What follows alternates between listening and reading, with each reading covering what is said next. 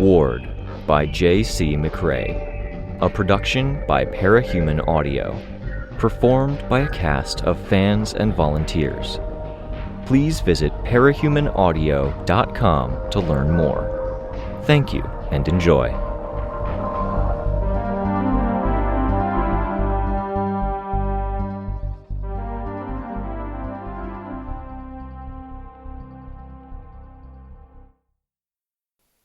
Interlude 17 Y. Sundown. Caryatid, then. Mope looked at her face, tongue stroking her eyes, licking the eyeball directly, dragging her eyelid closed so it would slowly open again. Mostly the eyes, she supposed, because she was crying. He searched the inside of her mouth, collecting her drool for himself, before wagging his tail for a moment, and then whining. I can't play with you, Mope, Carrie thought to herself. Not today. My mind is a balloon attached to my body with a long, long string. She looked down at the room like she imagined God looked down on people, but she could really only see what her eyes saw, one open and the other partially closed. Smell, though. She could smell the smoke and people and more smoke and the booze, as if she was sampling the entire room, or just what reached her nose, half stopped up with snot. It made more sense for her current balloon-brained self to be bobbing around, tasting it and smelling it all over the place. Mope nudged her body with a cold, wet nose. She could hear, too. Voices, talking, conversation overlapping. Most of them were distant, because only her mom and stepdad came up on the second floor. Sometimes Cooler and Bottom Bunk did, too. They were the guys that came over every weekend and some days after school. They were family enough that they could go upstairs. When they came over, she stayed in her bedroom and maybe they would peek in on her and say hi. She wondered, if God could see and hear and look down on everything like this, could she do that too? She floated like a balloon, and the string felt shorter than it had a moment ago. Could her hearing sharpen until she could hear every word? Or would she remain a balloon with a funny string until one day she popped, or the string came undone and she never floated back down? The mortal, existential fear that seized her had a grip on her brain while leaving her body taking its slow, shallow breaths. This kind of fear came and went, like black food coloring or ink dropped into water.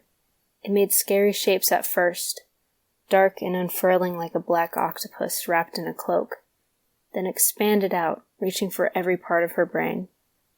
Unlike the ink, it was a threat, and she could imagine it was cold, cold enough to shut down her mind or make parts of it shiver like her body shivered uncontrollably sometimes. When it went, it wasn't really gone. It stayed with her forever and made her thoughts a little bit more black overall. The fear would keep drip-dropping in, shocking every time it appeared, tinting the water darker each time. Stark fear drip-dropping in at random until her floating, bobbing balloon mind couldn't get any darker and was that inky, shroud-wrapped octopus. What happened then? The door opening and the blinding light shining in her eyes was a welcome distraction from the old fear and a new blot of fear, because everything was terrifying when all you had was a string tying you to your body. The music was louder, pounding. Someone sang along. 2 men, she observed. They were hard to make out because she was looking down on the room from an impossible height, like the room had a ceiling 100 feet high and her balloon mind had come to rest on it, looking down. Mope whined. Hey, Mope, Cooler said. Hey, Carrie girl. Idlin' jammies. Idlin' jammies? When had she got those? Was she losing her mind? Was this how the balloon went away? Deflating? The important things leaking out? Her thoughts knotted and twisted up with sensations, the smell of Cooler's incessant cigarette smoking, and of booze, and body odor, and of sex. He sat up on the corner of the bed and called Mope up. Who's a good boy? Cooler asked, words blurring into each other. It wasn't that her hearing wasn't sharp. It was that he was drunk. Mope nudged at her body's butt, whined, and then hopped down from the bed, going downstairs. Without the dog to hold on to, Cooler sat there, swaying visibly even while sitting down. He fiddled with something he had resting on his knee.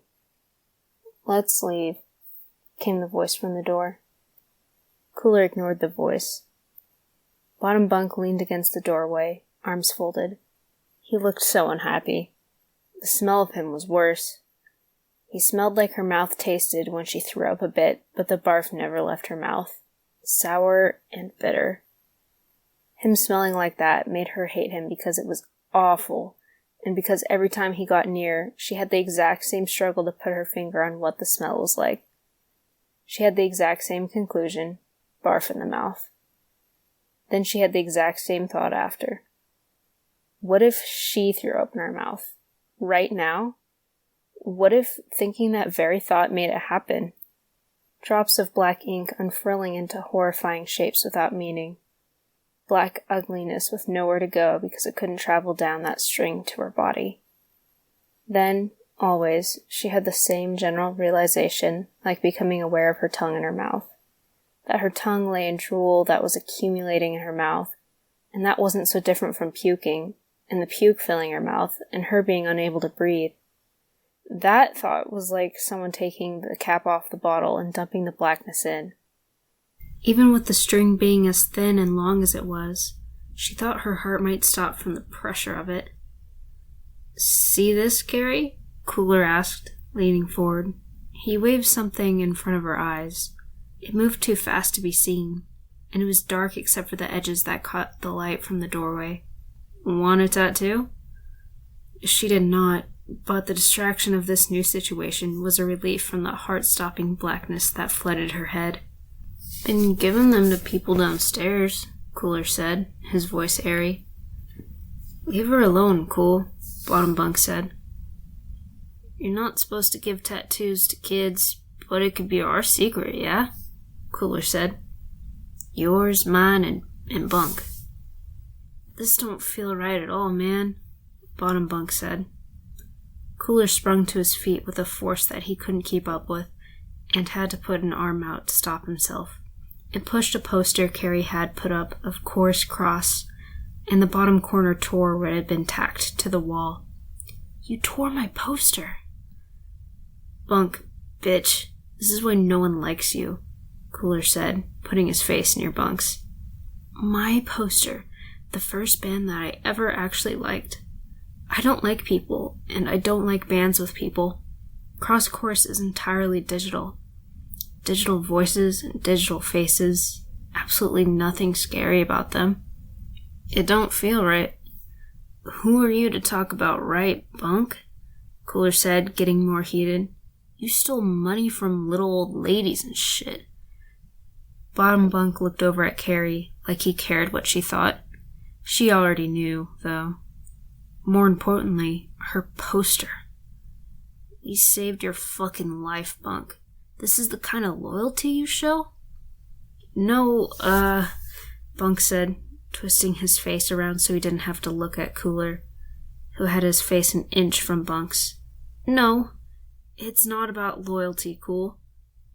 Nobody likes an asshole who steals from Granny's, Bunk. Everyone has a granny. Everyone loves their fucking granny. But we protected you because you were Gas's cellmate." "I know, man. Got you a job most ex-cons would love to have. You don't make 6 figures normally." "I know. Shit."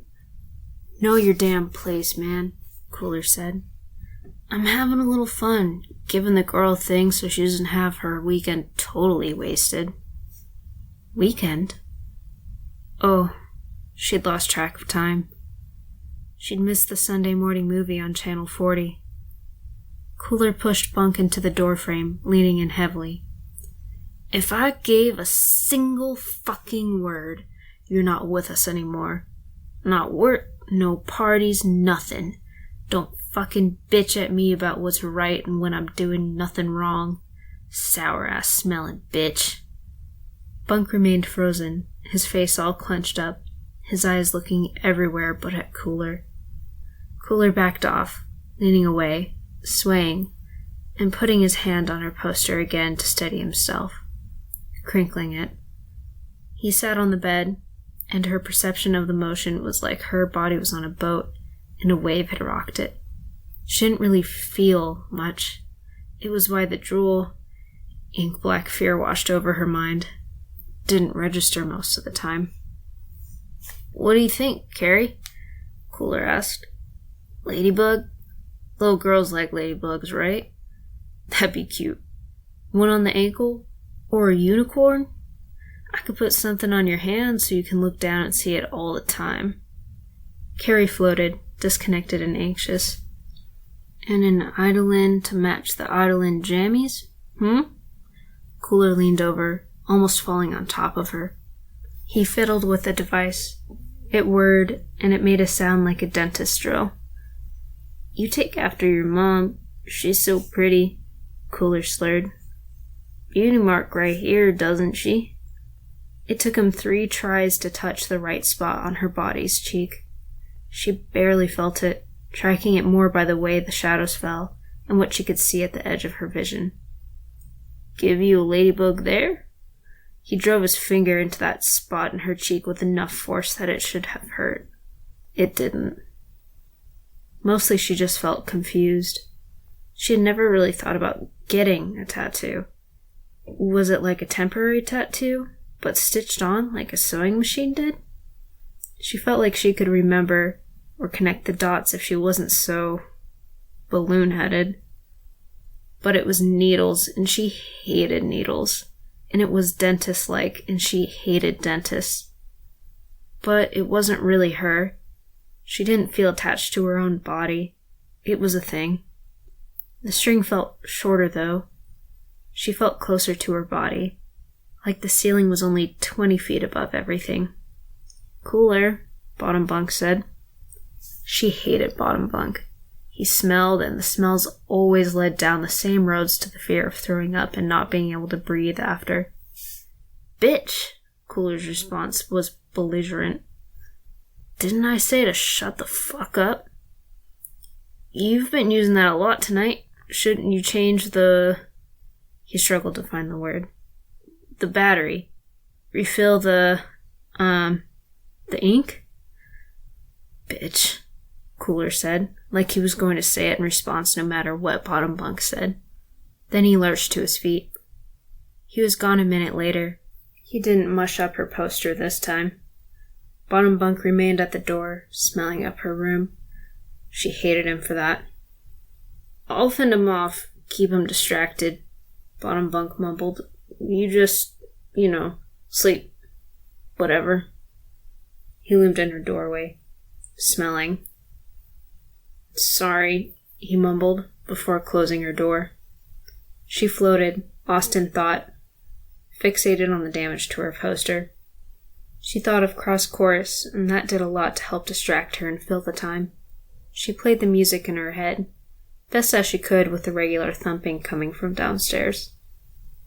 Mostly she played her favorite verses over and over again, and the string that connected her to her body was short enough now that she could kind of rock with it.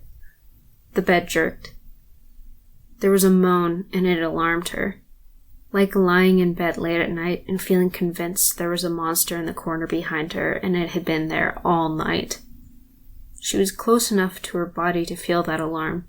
She felt her heart, dull and numb, and curled her fingers. The moan got worse, and then became a cry. A wail, loud. More alarm, more concern, dread. Dread like it was 5 o'clock after school. Between 3 and 4, she looked after her brother, and then at 5, her mom and stepdad came back, and she dreaded that. Because her stepdad didn't like kids. Those moments were what she held on to. That freedom. Those hours where she didn't have school and she didn't have parents. Being a latchkey kid, as one of the books she had read once said. She remembered reading books. It had been a while. She had sat at school reading the little magazine that had new books in it that kids could order, and she realized she didn't have the time to read anymore. It had bothered her a lot. Now what bothered her was the moaning, which gradually got more articulate. "Mom!" The dread got worse and worse, and she tried desperately to find that control or series of whatever's inside of her that would let her stop that sound, because it made Mom come. The door opened. Mom stood in the doorway, frazzled and upset. "I told you to be quiet today," her mother said. "I asked you for one thing." Her mother entered the room, Moat following behind and hopping up. Carrie could hear licking. "Ah, fuck," Carrie's mom said. "Can't make this easy for me, huh?" Carrie was awash in confusion. The bed jerked a few more times, moving. "Mom, it hurts." "Hush, hush. Let's get these off of you." It wasn't Carrie. Ari was lying next to her brother. She'd forgotten, or she'd wanted to forget, or she hadn't been thinking about it. Hadn't been able to. She was lost, bobbing, disconnected, and now feeling very worried for Ari. What hurt? Why? Her mother walked around the bed, holding a rumpled set of Idolin jammies, Ari's. He'd wet himself, and the white fabric was soaked from the crotch to knee, dark with the fluids. But as Carrie's mom went to the bathroom, Carrie could see the stain, yellow only around the edges. Most of it was pink or red. Blood. He'd peed blood? Ari was hurt. He was wailing, moaning, and her mom was moving so slowly and casually. That black ink fear washed into and through her until there was nothing else. In the midst of it all, frantic, she fumbled to move, struggling to get up. Her mother returned, pushing her down before going to Ari, a fresh set of jammies and a towel in her arms. After so long of being so still, staring at the same section of her room, Carrie's attempts to move and see what was happening were incoherent, slow. Images in familiar parts of her room that should have been instantly recognizable took seconds. "Stay put, Carrie," her mother barked. "Please." She tried to speak and found her mouth moved too slowly, like it was full of gum. She swallowed the excess saliva and snorted back snot, and her throat hurt. "Fresh bottoms on, towel under you, and here you go." Her mother jabbed Ari with a needle, depressing the plunger. Carrie protested without words, reaching over. "Stop moving or it'll break off inside of him. You'll hurt him, Carrie. Stop moving." Carrie froze, though the hand she had extended wavered in the air. Her mother's voice was airy, lazy. "If there's still blood in the morning, we'll take him to the doctor. Figure out what the fuck to say." Fuck. Carrie tried to say Mom, to get through to her mother. There was another syringe. Her mother walked around the bed to Carrie's side, sitting where Cooler had sat. "I don't know what I'm doing, Carrie," her mother said. She reached for Carrie's leg, hiking down her pajamas to expose the side of her thigh. Carrie tried her best to fend off her mother's hands and the needle, but her own hands barely cooperated. "Your stepdad doesn't like kids, so we're just going to keep you out of the way for a bit." A bit. Carrie felt more dread. She fought, pushing, raising her voice. She knew she was supposed to lie still. If she was still, she was safe, because she could have a few hours and maybe sneak off to the bathroom very quietly, kind of like how she had a couple latchkey kid hours after school. "Stay still, Carrie, or you're going to bump into it while I'm giving you your medicine and it'll break off." The idea of a needle breaking off scared her more than anything, and she was all full of fear already. Scared her more than the fact that her stepdad's friends had come over for brunch on Saturday, interrupting morning cartoons, and Carrie and her brother had been kept out of the way like this ever since. It was dark outside and it was Sunday. Pills and needles and whatever else. There had been 2 other school days where she had gone to school, come home, had 2 hours with Ari, and then this, being kept out of the way, waking up the next morning to go to school. And Ari was bleeding and she couldn't do anything to help. But the idea of a needle breaking off scared her more than anything, somehow, even more than being stuck with a needle in the first place. The syringe came down and the feeling came after, slow at first, then a rush sweeping in like a breeze. And her body was gone, along with the fear and concern for her brother. The world was abstract and airy, and her thoughts were like the contents of a balloon, swirling around with nothing to contain them, tied to her body with a string so long she couldn't see her body or the room anymore. "Stay put. Be still," a voice said, and she couldn't even hope to place or figure out who or where it came from, or why it said what it did. It didn't last nearly long enough, or it lasted a while, but the crash back to her body was harder than ever before. Pain. A stabbing, sharp pain in her midsection, like someone had stabbed her and kept stabbing her. A spike through her middle that was constantly being twisted. She remembered Ari and her fear for Ari, and she felt her fear that this pain would continue for even a minute longer, and she was afraid to move because if she did, then her mother would come in and give her something else, with only a change of clothes and a towel to put between her legs and any blood. The spike twisted again. In the midst of fluid that was ink-black in color, a droplet landed, unfurling like a great knotted octopus wrapped in cloth and smoke. Red and black now. Already disconnected once, she disconnected again. Again, she pulled away. Pulled back into a void of stars, cold, the only heat sources impossibly distant. The only non-numb things she could touch were hostile. Chunks of rock and ice, traveling at bullet speeds to crash into her. She drifted, lost in abstract sensation, and this was, at the very least, familiar. She didn't fight to come back from it. She felt like she was committing a betrayal by lingering, because back was a return to a hostile world of blood and paralysis, and being so very, very afraid. Caryatid. Now. "That woman is Contessa," Withdrawal reported. "The boogeyman of Capes. The man in cuffs behind her is teacher." "The same teacher that attacked us?" Caryatid asked.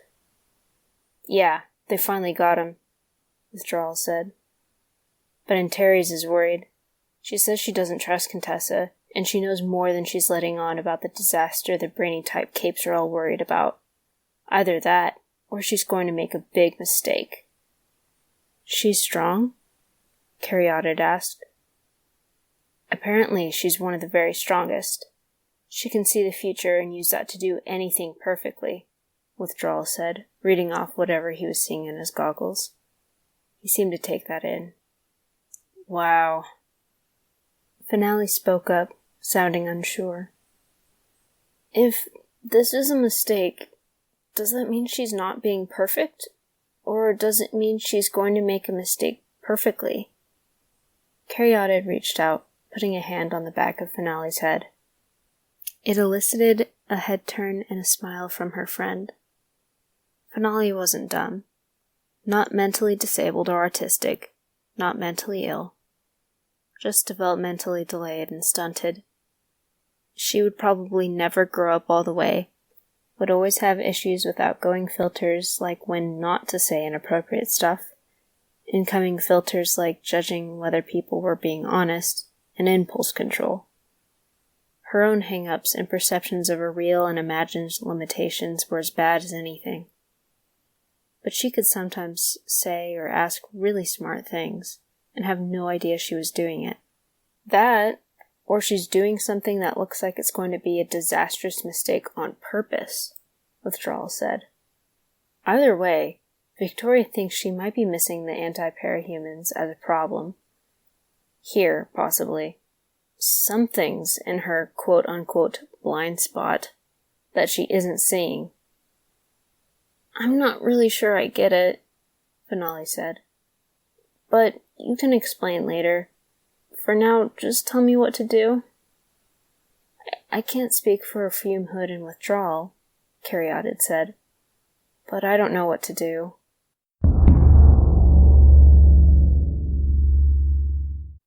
Contessa made her way down the stairs, hands in her pockets.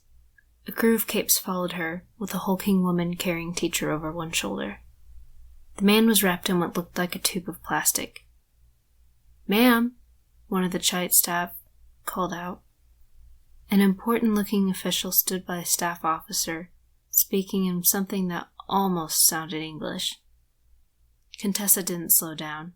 Her soldiers followed suit. "Do we stop her?" Caryatid asked.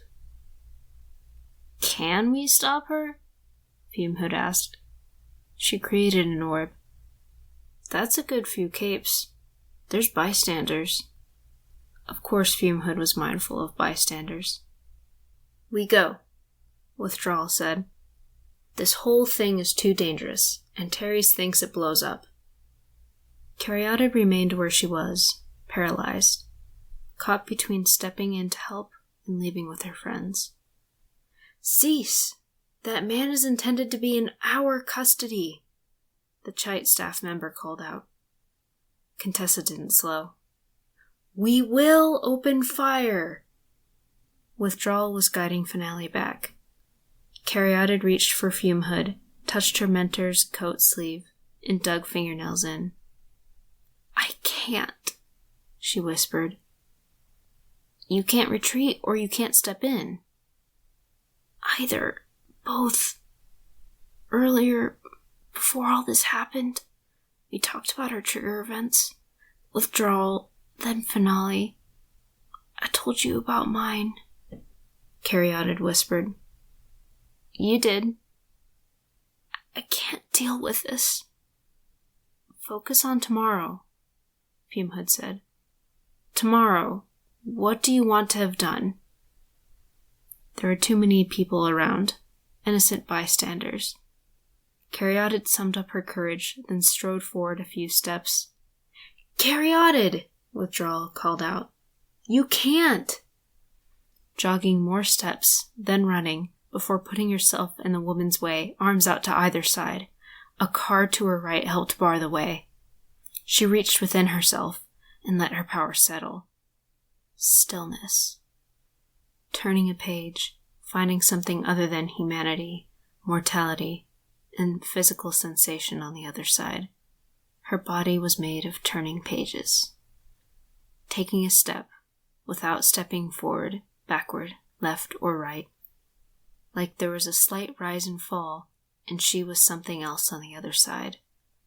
Her consciousness unfolded, as though she were looking down on it all from above. She wasn't, but that was kind of how it felt. She viewed it all as a series of positions, colors, and textures with a focus that was predominantly on what was close to her, everything blurring out into paint-like splashes that got further and further out. Off to the side, catching up and getting to a good vantage point, Finale pointed her hands at Contessa, fingers meshed together, thumbs pressed together and sticking out, index fingers sticking forward. Ready to shoot. "Don't leave. Don't set off this situation and turn it into a disaster." Caryatid couldn't open her mouth to talk while still in her statue form. "Ari," Contessa said, not breaking stride. Still barring the way, as the woman got closer by the second, Caryatid took a second to process. Ari? Her brother? Why his name? What did this woman mean? Was it a threat? Or... She dropped the breaker form. "What do you..." The woman in the suit seized her by the arm and shoulder, pushing her to the left. She stumbled. Bang! Caryatid felt the impact at her back, the effect landing. She twisted her head around. "Don't!" "I know. My aim is usually so good. I'm sorry. I can't..." the pole reversed direction, an armbar keeping Caryatid from resisting as she was pushed to the right. She tried to take a quick extra step to get her balance again, and found a leg in her way. She toppled. Her head glanced against a nearby car's wheel well. She sprawled onto the slushy pavement, momentarily stunned, unable to gather her thoughts or physical wherewithal. "Carrie!" Finale called out. Others were calling out, but heroes and patrol were stuck with a burgeoning, still hostile crowd of anti-parahumans and other angry refugees. There was a gunshot elsewhere, from the direction of the station. Chite, now. The boom that answered could only be a power, not Finale's. There were shouts, screamed, agonized voices. Caryatid looked up, and her vision was obscured, a rivulet of blood running down her face. More shouting, more screams, muffled like noises from another room. She saw Contessa walk by the driver's side door, jamming a knife into the lock, jerking it, still without slowing or quickening her step. Withdrawal skidded a bit as he landed next to her, crutching over her with his extended limbs as if to shield her from danger. He was always so intimidating when he jumped up close to her like that. Springy movements, metal squeaking if it wasn't tuned up perfectly, which it almost never was, and he came across so tall like this. He bent closer, touching her head wound. At the back of the car, barely taking a second to do it, Contessa popped the boot. The 7-foot-tall muscular woman dumped Teacher and his plastic sheet inside. "I'll drive," Contessa said. "Contessa!" Fume Hood called out. "We need you to slow down!" Slowing down would get people hurt. Chite's leadership agreed to let me take Teacher. The ones complaining are a subversive faction that's dependent on him, Contessa said, as she walked over to another car. She used that small knife to pop the lock there, too, jamming it between the door and the frame this time. She bent inside. "That's my car!" a man screamed. One of the people being arrested. "You're going to incite a war!" Fume Hood shouted. The car started as fast as if the woman had the real keys. "The war's happening regardless," Contessa said as she straightened. She made a gesture toward the team of parahumans that had come with her. "It will be mostly internal within Chite. It will be healthy in the long run, with few casualties and better relations between worlds after the fact. They will shoot at people here. I can't see with perfect clarity, but I have good reason to think there won't be more than 2 permanent injuries or deaths. This is for the best." "For the best? Fuck no. I can't buy that," Fume Hood snarled. She always swore more when she was stressed. "You don't have to buy it," Contessa said, as she returned to the first car. She loomed over Caryatid and stood within withdrawal's reach. The door was already open, thanks to the initial knife stab. "You only have to accept it, wait, see, and then know it to be true." "Yeah, no, I have problems with trust and serious common sense issues," Fume Hood said. "Stay put. Let's handle this." She chucked the orb of gas. The woman in the suit bent low, her posture like someone bowling a strike, but her arm moved the opposite way. The orb was redirected, flying straight up. She straightened, raising her hand over her head. That hand dropped with the orb as it fell. When she stopped moving, she had it between 3 fingers. Fume Hood had once said that her orbs were as fragile as Christmas ornaments or light bulbs unless she wanted them intact, which was usually when she was handling them. She could use her power to fling them at speeds like a pitcher through a baseball. Each contained enough compressed gas that they could fill a large room. Contessa had caught a Christmas ornament thrown at baseball pitcher speeds. Redirected and then caught. So that was doing things perfectly. Fume Hood created 6 more orbs, which formed a circle around her upper body. Her cape and hood billowed. Contessa flicked the orb she held onto Withdrawal and Caryatid. "Be still." Caryatid went breaker. Withdrawal couldn't, though. Andy had a new mask. Was it? It wasn't. He coughed violently, one of his feet losing traction on the road. Fume had hesitated, giving Contessa time to get into the car. She hurled her orbs at the windshield, then hurried to Withdrawal's side, sucking up gas to form a new orb. "Open your mouth. Let me suck up what you've got in your lungs." "It is open," Withdrawal said, voice hoarse. "Fuck. This sucks." The car peeled out, swerving around some of the people on the battlefield, heading straight for the barricade. The other car, loaded up with members of Contessa's group, also left. Her leaving was supposed to be a good thing, right? They had planned to run, but Caryatid had changed her mind and threw herself and her team into this mess. Except, no. The people were riled up. That one guy screaming about his car being stolen. The people at the barricade. People who had gotten out of their cars to watch or check what was going on after hearing the gunshot. And Chite. The men from Chite were upset. Straightening, Caryatid could see the people who were lying on the ground or being dragged. People who, like her, had gotten in Contessa's way. But there were many others. Putting her team between angry anti-parahumans and angry people from Chite, she touched her head wound, feeling blood and a piercing pain. What could she do? Where could she go? If she moved, she might get hurt. If she did anything, she might make things worse. She stood, using her breaker form to protect herself, shielding her team. Blood and paralysis and being so very, very afraid. Caryatid. A critical moment.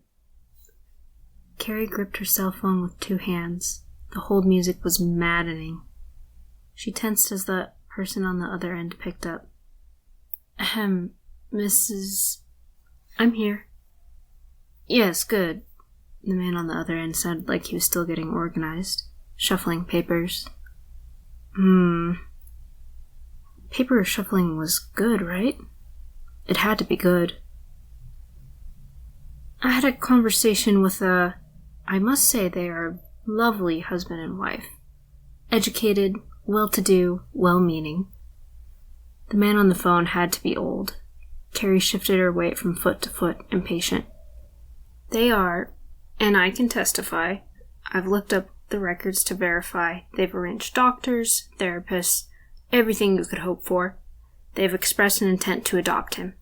These things can change, especially when volatile personalities are involved, but for the time being, your mother seems to be cooperating. Adopted. She rocked back a bit. Can I see my brother? She jumped in. Ari? Well, you see, this isn't the easiest thing to discuss. I assure you, I want to make it abundantly clear your brother is in good hands, but I must regrettably inform you that he is nonetheless in the hospital, you see. What? Perfectly routine, nothing to do with their treatment of them. I see here in the file you have previously expressed deep concerns about possible caregivers and your perception of foster care. What happened? Please, miss, volume down. I assure you, nothing to worry about. I won't say it's routine, but you... Let me see here. He audibly turned pages. There were tears in her eyes. She looked for a place to sit and settled on the roof's edge. The neighborhood was shitty, with old detritus and trash in the streets. 1 in every 10 windows was broken, and a car on the road hadn't been moved in what was probably years. But it was their turf, a place for her team to hang out. You're aware of his health issues? Yes. It's more of the same, miss. Carrie, was it? Nothing more, nothing less. Yes, Carrie. Can I see him? Which hospital? I can take the bus. Carrie, dear, you can be confident that the doctors and nurses are taking exceptional care of the boy. There's no need to visit. He's carrying on with his life just fine, and he'll be fine, certainly. I do need to visit. I want to visit. I haven't seen him in a year. My dear girl, there's no easy way to say this. I hope to avoid it. He doesn't want to see you. She went very still. Her eyes were filled with tears, but she didn't blink to clear them. The moisture crept over the surface until there were only blurriness. Her voice was a croak. After the hospital? From what the foster parents expressed to me, well, let me see my handwritten notes. He paged through. Tell me, she said. I'm free whenever, day or night. I don't care where they live, I'll find a way. I'll walk. More audible flapping of the pages. He's the only family I want to keep. Another page turn. A thud, like something was dropped on a desk. This isn't easy. I'm so sorry, my dear. His foster parents report that he wishes to make a fresh start and avoid all reminders of his prior life. He finds it quite traumatic. So do I. But Ari was a good part of it. Could they be lying? Is there a chance that they're just lying so they don't have to worry about me? Because I'm a good person, I'm no trouble. I thought perhaps there was, but, this isn't easy. Tell me, she said. He made it very clear. If you contact him, he will tell the world your secret. Does that mean anything to you? No, she lied. My powers? He had been so mad that she had gotten powers and he had got nothing. That he had been rendered incontinent by the drugs their mother had used to pacify them. That he had lost a kidney and had a partial uterectomy. Doctors had worried she would have similar problems, but she had mended. Her brother had been smaller. The drugs had hit him harder. Rest assured, he's getting the best care. He's in a loving home. Sometimes you just have to give these things time. Caryatid stood on the rooftop, staring up at the sky, because turning her face in any other direction would let the tears spill free. She let the phone drop to the flat roof, then dropped down to a crouch, wrapping her arms around her knees. It hurt. It hurt so much. She buried her face in the fabric of her dress. Then she used her power. To not be human, to be numb, to be a statue that didn't feel things in the same way. So long as she was a breaker, she was an unfeeling thing. The door to the rooftop creaked. She heard it, but she didn't look up. Looking up meant moving, and moving meant feeling. There's nobody on the other end. I'm going to hang up, okay? I've got your phone in my pocket, Bella said. Carrie didn't move. She was aware of Bella sitting next to her, leaning into her. Bella hugged her immobile, unfeeling self. I guess you called your brother like you said you would? Bella asked. It didn't go well? He doesn't ever want to see me again. That's awful, Bella said. I'm so sorry. You deserve... There was a hitch of emotion, the hiccup of tears. You deserve better. You're one of the nicest, best people I know. Top 2. Bella cried in her place, while she remained stock still. Bella worried, Carrie realized. Bella would be concerned. Couldn't let Bella be concerned. Couldn't let Bella shoulder the tears all by herself, not when they came from a place of such unfiltered caring. She let herself be human again. It took some reconfiguring, from sitting side by side to being able to properly hug, but she adjusted, wrapping her arms around her friend and letting her friend do the same for her. She sobbed into Bella's shoulder, while her friend rubbed her back. At the very least, she had a new family, going forward.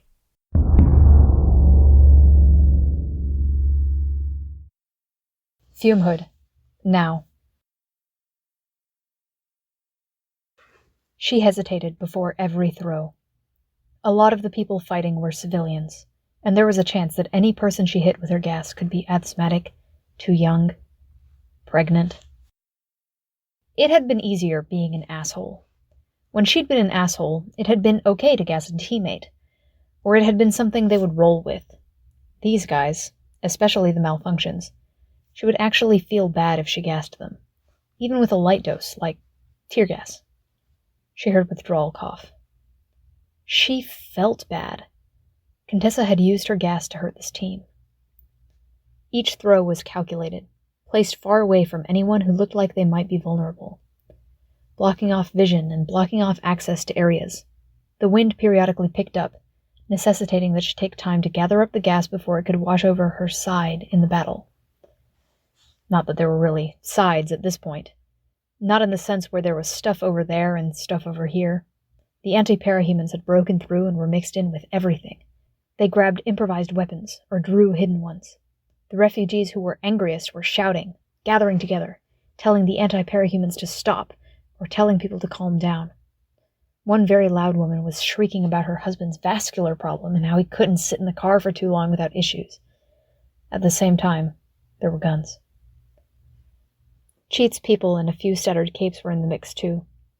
Their security had armor on, had weapons, and were more organized. The gas was helpful there. They liked to stay together, so blocking off one part of the group blocked off the rest. They were outnumbered, and reinforcements were a few minutes out, sandwiched between two factions, and neither faction was especially friendly. She did what she could to protect the malfunctions. She had been a free agent at the same time Victoria had been looking for someone more experienced to pair with them. That had been weeks ago. They'd kind of ended up in each other's company since then. Fumehood jogged through her gas to flank a man in cheat armor who had just shoved Finale to the ground and stood over the girl with a baton raised. She cold-cocked him. She shook her hand, wincing at the pain, and put her other hand down for Finale to grab, helping the girl to her feet. Helped that they couldn't see through her gas, and she could. That she could breathe it in, and they couldn't. As awful as it was, as awful and ugly and stupid, it felt cleaner than what she was used to. She'd once felt the opposite, after every stupid stunt, party with powers involved, and what she would have once called escapades. Back when she had been awful, ugly, and stupid. There wasn't really a balancing of the scales in this universe, but it felt good to be pushing back against that kind of thing. She'd once ended every night out in costume feeling dread and a desperate need to go, to do stuff, to distract herself from what was initially a dread that the cops or heroes would kick her door in. Then, after she'd gotten used to it, a kind of uneasy feeling about what would happen if she stopped and thought long enough to dwell on events and where she was at. Toking, fucking, sucking, smoking, drinking, and everything under the sun kept her mind off things. Now she faced reality without the armor of distractions, and reality was harsh, stark, with edges drawn in too precisely. It wasn't easy going, but at the very least, she could feel like she was making incremental progress toward being someone she could like. Bam, bam, bam!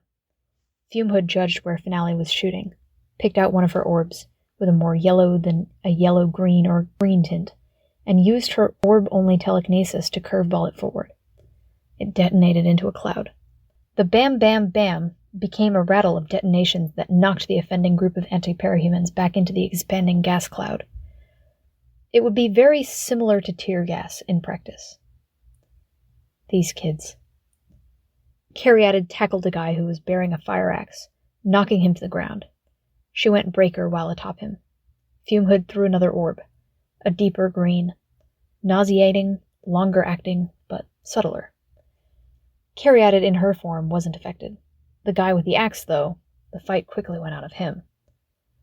Fumehood waited until he was all out of steam, then sucked up the gas, choosing to guide it through the air so the cone of gas that was being gathered blocked the path of a group of really angry-looking teenagers. She wanted to help them. Malfunctions, and the people in general. Withdrawal fired his pill popper at a car that had just lit up, headlights bright. The red juice, it looked like it had softened things that weren't flesh. The red mist primarily expanded beneath the car. The vehicle sagged, wheels fighting for traction on otherwise normal road, distorting in shape. When the car did move, it fishtailed, then stopped again. Had it continued, it might have run some people over. He leaped on top of the hood. The hood distorted too, as did, apparently, the engine block. Smoke billowed out from around the cracks in the hood. The wheels and undercarriage had given up their last gasp too, apparently. The wheels stopped spinning. "Window!" she called out. Withdrawal glanced back at her, then hit the windshield with the end of the pill popper, punching a hole in it and breaking it elsewhere. She created more orbs, having them circle around her. A yellow-green orb. She touched it, and it stopped orbiting her. She gestured, and it flew forward at 90 miles an hour. She guided its course with some mental focus. The orb flew into the hole in the windshield and hit the car interior at the same time Withdrawal leaped away. Helping them felt good. She was their mentor, in some senses, telling them how villains operated, what the rules of the Cape scene were, how to do some stuff in a fight like throwing punches or thinking about a crisis. But they were really the ones who rubbed off on her. She felt so terribly guilty, being around them. Rotten apple. She turned. One of the anti-parahumans, a big-bellied man with a gas mask on. You killed a woman's baby, he growled, voice muffled by the mask. I've done a lot of things.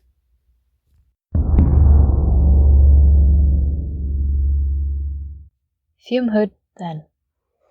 You're all bitches! Cunts and bitches! The group of girls alternately laughed and gave her the finger as they walked away. Huffing for breath, furious, Lauren swiped a food tray off of one of the outdoor tables, letting the food and drink crash to the ground. Hey! The burger stand employee called out. Hey, you clean that up! She gave him the finger, and she walked away. Her friends had turned on her, torn her down, hated on her clothes, made fun of her house and family.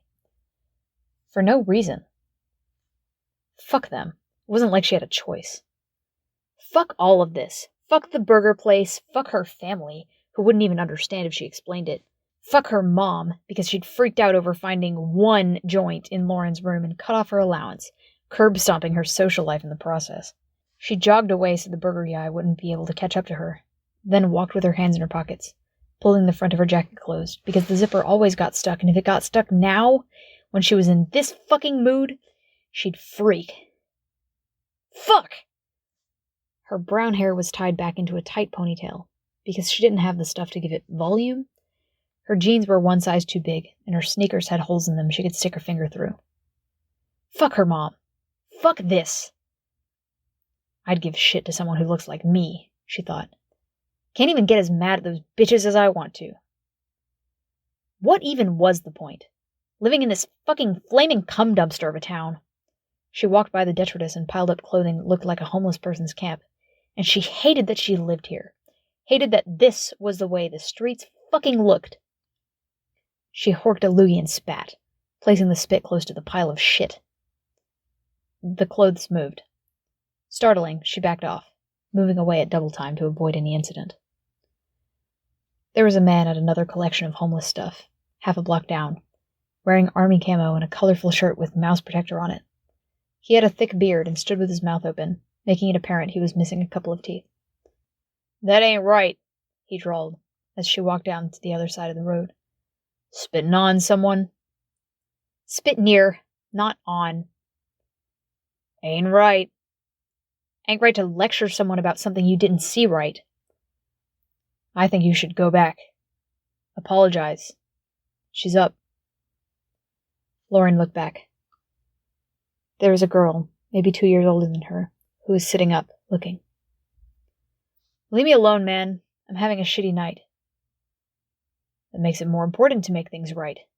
Most people who do shitty things are having shitty times of it. Yeah, right. Got it, Lauren said, shrugging. She started to walk past him, heading down the street. You sure have it all figured out. You think you're better than me? He asked, behind her. Kinda do. No offense. From where I stand, you're a little shit smear on society who spits on those she thinks are lower than her. From where he stood. He was closer, approaching her, and as he got closer, she could see that he was actually kind of buff. His sleeves were tight around biceps and forearms. Had he actually been in the army, wearing that camo? I spat near her, didn't even see her, okay? So back off. She could smell him. Unwashed. Gross. Further down the street, someone hopped to his feet as he saw them. A homeless girl, roughly her own age. The girl got in Lauren's way. She hesitated, then turned. A passing car kept her from crossing the street. Problem, Paul? Wanted her to apologize to Yasmin. Yasmin having a tough time of it. She'd appreciate a human moment. Look, just let me go. You can't legally do this shit, Lauren protested. Paul looks after those of us who aren't really good at defending ourselves, Yasmin said, indicating what might have been a prosthetic leg. Think of him like a bouncer. The street's his club. Streets for everyone. Basic human right or something. Your rights extend to the point they start trampling on someone else's, Paul said. Yeah, well, I'm not trampling on anything, Lauren protested. Lauren bolted, pushing her way past the girl with the prosthetic leg. She felt the girl grab her clothes, fall, and take her down with her. She landed in the midst of the girl's collected trash and general garbage. A resealable lunch container, and what looked like a mess of pens, tied plastic bags of personal items or actual food-smelling trash. Papers, a dirty blanket, dirty clothes. She shrieked, fighting her way free, backing off. Geez, you didn't have to go that far, Paul said. I thought maybe she stole something? You weren't clear about what she's apologizing for. Lauren, eyes wide, scrambled back, past the girl with the prosthetic leg who now sat on the blanket. Paul took a step forward, and she wheeled around, ready to run. The wheeling made her aware of the sensation at her arm. She heard Paul exclaim as he noticed the same thing. They hadn't been pens. Syringes, lined up and packed together in a case.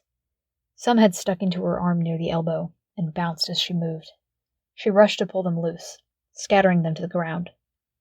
Then, struck by the thought she might need to know what was in those syringes, she dropped to her knees, grabbing at one.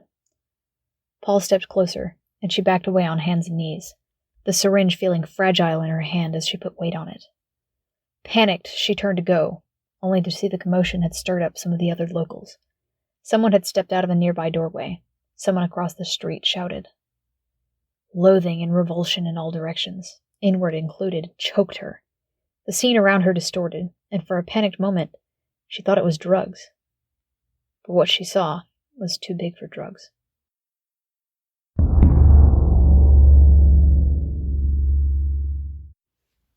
Fumehood. Now. Surrounded on all sides by hatred, revilement, disgust. Aimed at her. Try all her life, never make headway. If anything, trying only got her stuck deeper in the mud. It was only in retrospect that she realized what she did wrong. Being a stupid 16-year-old shit, refusing to back down or apologize out of some twisted pride, and crashing into some diabetic's used syringe stash. Slumming it with the guys who celebrated doing nothing, aside from the occasional so-big-it-has-to-fail attempt at something outlandish, be it some get-rich-quick business, starting a gang, sicking a giant vegetable on Boston, or attempting a prison breakout to get on the good side of some key villains in the scene. Failure, partial success, wish it had been a failure. Then, after all that slumming and fucking around, smoking up and fucking, she'd found herself wondering why she never made headway in life, which fed more self-loathing, more of the activities that served to distract herself. Throwing herself headlong into the scene with people she knew she shouldn't hang out with, and hitting some stupid pregnant woman who she still wasn't sure wasn't trying to get hurt, costing that woman her baby. Going willingly to jail, thinking that would fix anything. This, thinking she could make a difference. And even more specifically, this very scene, doing patrols to make sure traffic was moving and raiders weren't closing in, and then accepting a gig dealing with anti-parahumans, when she had a history with the type. She could have said no, couldn't she? People didn't forget. The bad stuck with you forever. The guy in the gas mask was kicking her ass. Her gas wasn't slowing him down. She created orb after orb, sending it flying with the intent of knocking the mask ajar, overloading it, or just blinding him so she could get in a few quick hits. But he had a baseball bat, and he'd clipped her once already. "You're gonna pay for what you did," he said, walking deeper into the gas, swinging where he thought she might be. "Working on it, went to jail, doing a kind of community service," she said, while walking to the left, before abruptly changing direction. He seemed to guess what she was doing. The bat came perilously close. Long arms, long bat. This was distracting her from helping the malfunctions. They were kids, 10 years younger than her. She didn't want this in this kind of situation when they didn't have other people at their backs. Still pacing sideways, she could see him move to vaguely track her. It wasn't perfect, but he was good. Good eyes. She suspected she knew why. The fan at her back. Reaching up, she peeled her coat off, holding it out, and slowly made her way to a nearby railing. She hung her coat there, the heated fan still going, distorting the gas that flooded the area around them. It thinned out by the second as she ceased making new orbs, but she knew if she threw anything it would distract. She wanted to predict his movements. And he did start to inch closer to the railing. If she got the mask off, she won. There was a railing, she could use it as a jumping-off point. It was a question of waiting, of timing the attack, staying low so that the thinning cloud wouldn't reveal her. Her costume was tinted to blend in with the green-yellow. She sprung forward, one foot on the railing post that matched the one she had hung her jacket on, giving her the height to reach for his head. He saw her, in that last moment. The butt end of the bat, hands close to it, came up to her stomach. Not much of a hit, but it distracted her from getting her hands on his mask or even landing properly. The bat came down in an overhead swing, hit her ribs at her back. Her cry was strangled. Spots flashed behind her eyes. Fume! Withdrawal. She could hear his limbs rattle in place as he made the approach. The other two were coming too. The big guy backed off as the three major malfunctions drew close to Fume Hood. Ow! Fuck! Powers? She asked. No, the masked man said. Pretty sharp, she grunted. Outrage. Disgust, he said. Pushes you. She nodded. That, at least, was her language. Or it was her birth language. Kind of thinking that she'd always gone back to. If the other guy hated you and you hated yourself, losing was a pretty sure bet, no matter how strong you were. And for a long, long time, she hadn't liked anything about herself.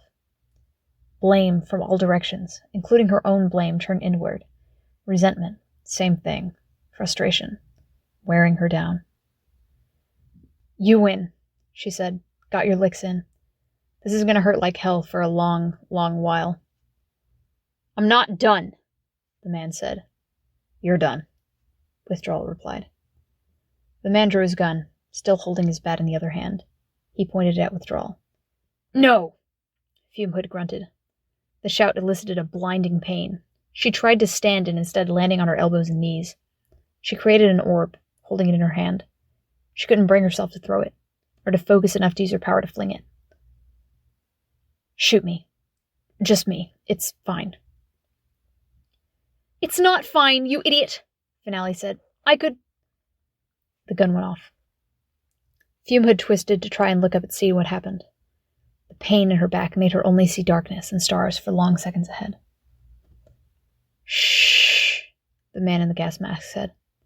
That was a warning shot. I know how you work. I know you could try to disarm me. If you make another sound, Finale, I shoot you before you can do anything. In her breaker form, Caryatid reached over for Finale's hand, holding it. Finale nodded, lips pursed shut. What's the point? Caryatid asked, as she turned human. Don't... Keep using your form, Fume Hood grunted. The point. What's the point of this? What do you gain? You get to gun down one of us? The man shrugged. She took a life. We take hers. No! There has to be more to it. Reasserting some control? You've been holding embryos over our heads for years, and now there's rumors they were manufactured. Then you held the end of the world over our heads. Now this supposed reason for evacuation, conveniently after the mayor gets exposed. You have powers, but you keep clutching for more. What happens? You shoot her and you win? This changes the outcome? He pointed backwards without looking to check. There were some people there, mostly young ones with cameras. Keep fighting us. It's only going to encourage us, seeing how vicious you get with the unpowered. That's if you win. If this next bullet lands, if I walk away with a win, it's a bit of motivation. We all know what you did to that pregnant woman, Rotten Apple. Pretend to be a hero all you want. We all know what you are, what you did. Kill a kid? Fume had asked. Like you just threatened to do? He aimed, and he fired.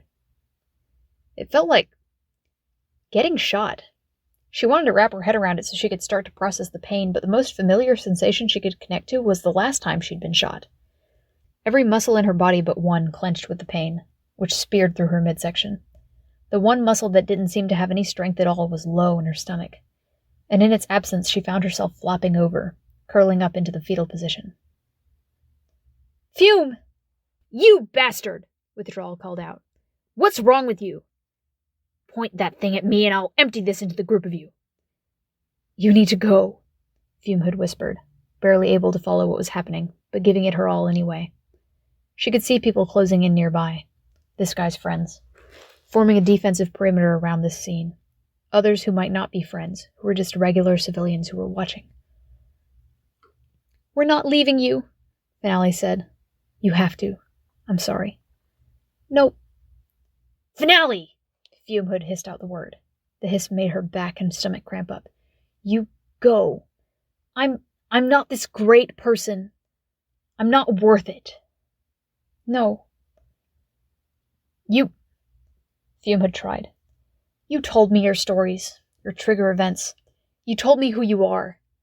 Let me tell you who I am. I'm Withdrawal's mom. Selfish and lazy and dismissive and really fucking bad at taking care of others. I'm the kids who egged Finale on, and the asshole who scared her after. I've been such a jackass for so many years. I hurt and scared so many people. I've dealt drugs to people who were like your mom, Caryatid. I've drugged people. I've ruined lives and broken up families just by being there. Sometimes on purpose. Or for fun." Everything in her strained with the pain. Talking so much made her feel like she might pass out. "Maybe that's who you were, but you're other things too," Caryatid said. "You wouldn't be here if you weren't." Fume Hood shook her head, rocking on the spot as she tried to find a position where she was comfortable. "You go. Let them shoot me or humiliate me. It'll be humiliation. That's their goal. They don't want blood. They want power." Too late a pivot to convince anyone, even Finale apparently. If only she'd been thinking. Caryatid moved, putting herself between Fume Hood and the man. She went breaker. Withdrawal partially hid behind his pill popper.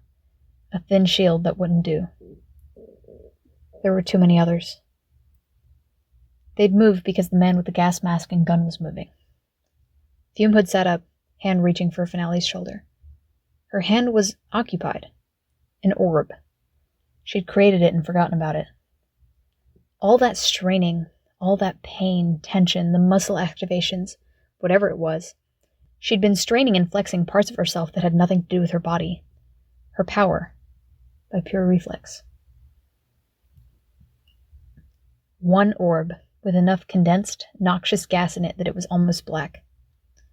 She'd made this kind of orb in the past, purely as an experimental thing. But even in her lowest moment, she hadn't even considered using it on people. Because when she'd thrown it, it had swept over grass and trees. It had killed what it touched. If she got shot now, the malfunctions, even bystanders... Immediately, she began withdrawing gas from it, making it dissipate. It wasn't enough, considering 1% at best, 2%. She found strength she hadn't realized she had.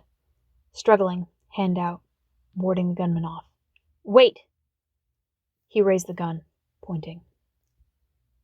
She couldn't drop this, or risk that it popped. She let her power cast the orb out and forward. She hit the anti-parahumans, the gunmen, probably a few errant civilians who had been content to watch without outright participating. Doing the unforgivable to avoid doing the impossible. She couldn't hurt the only decent people she knew, even if it meant betraying everything she wanted out of herself. She saw people keel over, skin blistering, eyes turned her way, horrified, hateful, disgusted, in disbelief. It hadn't been so purposeful, not any more than spitting on a homeless girl, or gassing a pregnant woman. But that didn't matter. Something in her gave. Her consciousness missed a stair in the staircase it was descending. Fumehood saw the cosmos, and she saw the world she lived on. She saw lives that spread over those orbs like disease. She saw them extinguished. She saw herself in the midst of it, the fundament on which her own power was built. How deep that power went, how big it was. Something else gave. Cracks began to spread, starting with her. Malfunctions backed away as those cracks stretched across the area, like the breaking of a window as a single point of pressure was applied. And as those lines spiderwebbed out, there were areas that had cracks on all sides, and those areas fell out, fell free, falling into a kind of oblivion.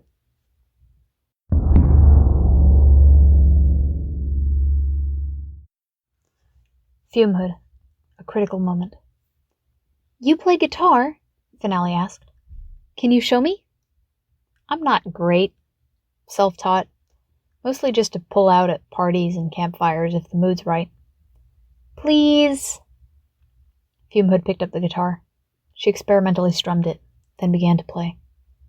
After listening for a minute, Finale grabbed 2 paintbrushes and began using them as drumsticks on nearby tins, playing with some force to make up for the lack of actual drums. The drumming was probably better than Fumehood's guitar playing. "I want to do this to kill time at the next stakeout," Finale said, speaking over the music. "I think this would give us away." "But stakeouts are so boring."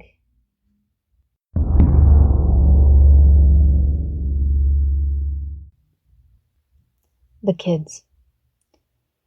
Fumehood felt the cracks reaching out, saw the destruction as bits of building fell, the road dropping away into nothing. Civilians were running. Off to the side, cracks spread in 3 dimensions, cutting through the air, terrain, powers, until they reached the station. One crack reached deep enough to hit the portal within. It was like throwing water on a grease fire. The cracks began spreading out dramatically from there. She could see Cheat on the other side. She could feel that well of power. Withdrawal was running, trying to help Finale. Caryatid was slowest, but she could move about as fast as the other pair because she was just the one person. If what was happening to Fumehood happened to them, if Withdrawal was trapped in one place, locked down, fed this influx of sensations and awareness, this negativity, it would devour everything good about him. If Finale was disconnected from everyone and everything she cared about, and made an architect of calamity. If Caryatid was paralyzed, disconnected from her own humanity, forever, for each of them, she made the decision. She reached out and seized it, to steer and even force the cracks, all to guide them or encourage them to form away from innocence, where she could, away from the malfunctions, so they could run and at least tell others what had happened.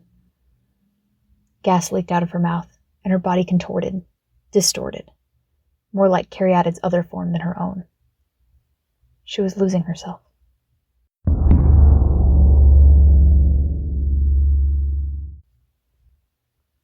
Fumehood, a critical moment. "Put your hands here," Tempera said. Victoria did, pressing her hands down over the bullet wound.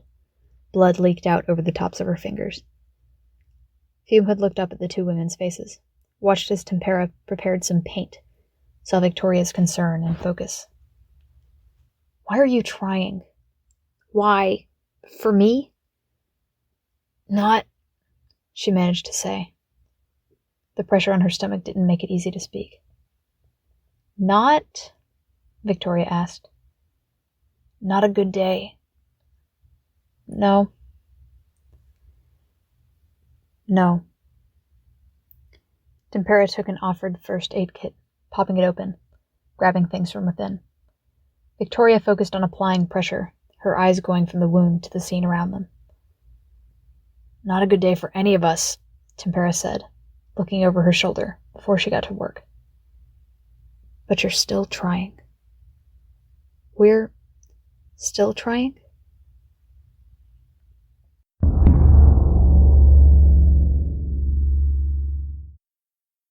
The cracks spread, finding weak point after weak point, spreading out from there. Places powers had cut too deep. Portals. Parahumans. Where enough cracks spread, chunks simply fell away. Is this it, then? We should have run away? Should I have let myself be shot? Or would it have been any one of those other things and people pushed to the edge? If I'd taken that bullet, would those people I can see now watch that video of my execution, push things further, find another breaking point? She watched cracks spread further. Cracks found their next launching off point, a woman with awareness extending everywhere. Each line of awareness was a weak point, like lines scored into rock before that rock was cracked. The cracks stretched easily along those efficient lines. The woman in the suit, now locked in place, caught by her own well of power.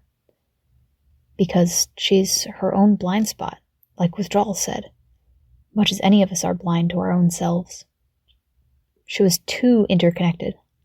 Her power tied too many things too constantly, and that power formed bridges, connected everything in a way. There were others, here and there, others who were consumed by that power, twisted by it, writ large. Some connected things further. The city fell away, and where it didn't, it was because of people like herself, like the distant Kronos Titan, the new Titan born of the woman in the suit, of distant others who were too weak at just the wrong time.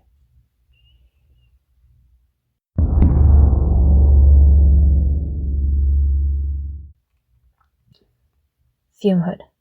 A critical moment. Now. He communicated with her. Respond? Her reply was inarticulate. Almost. She was ready to give up fighting, to consider her job done. She'd limited some of the damage and spared some of the lives. Help! Was the second attempt from the same voice. This was hell. Her hell. It had to be everyone's hell. For all her life, she had fought so hard and made so little progress. Everything only evident in retrospect. This was that, with too much on the line. She wasn't nearly as strong as some, or even most of the others that were emerging to stand tall. She was already so very tired, so very weary of the world and her place in it. It had been minutes. He was asking her to hold on to focus over days, if not weeks, months. He asked, knowing how hard this was, because he had been enduring it. She pushed out her own reply, trying to use power to articulate words, traveling along cracks and vast, broken emptiness. Along the new networks the woman in the suit was helping to form. Yes. The exchange was like a hand reaching out. Her hand reaching back. Something fundamental being conveyed. To the Kronos Titan, back to her. She began asking to see about forming a dominant network, or even something that would help people of this sad, small rock in this vast, scary universe. Not enough of the others were replying or reaching back.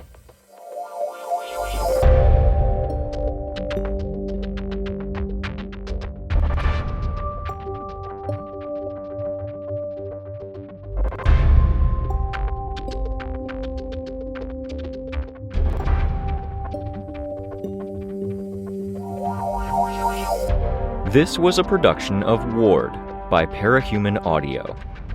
Ward and the Parahuman stories are written and owned by J.C. McCrae. You can find the original text and support the author at parahumans.net. For more of the Ward audiobook, as well as other community works, please visit parahumanaudio.com. Music for this chapter was by Evan Witt. Find out more at wittynotes.com. Editing by Jade. Find more of their work at Octopus Literary on YouTube.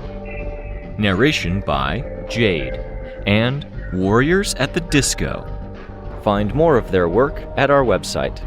Thank you for listening.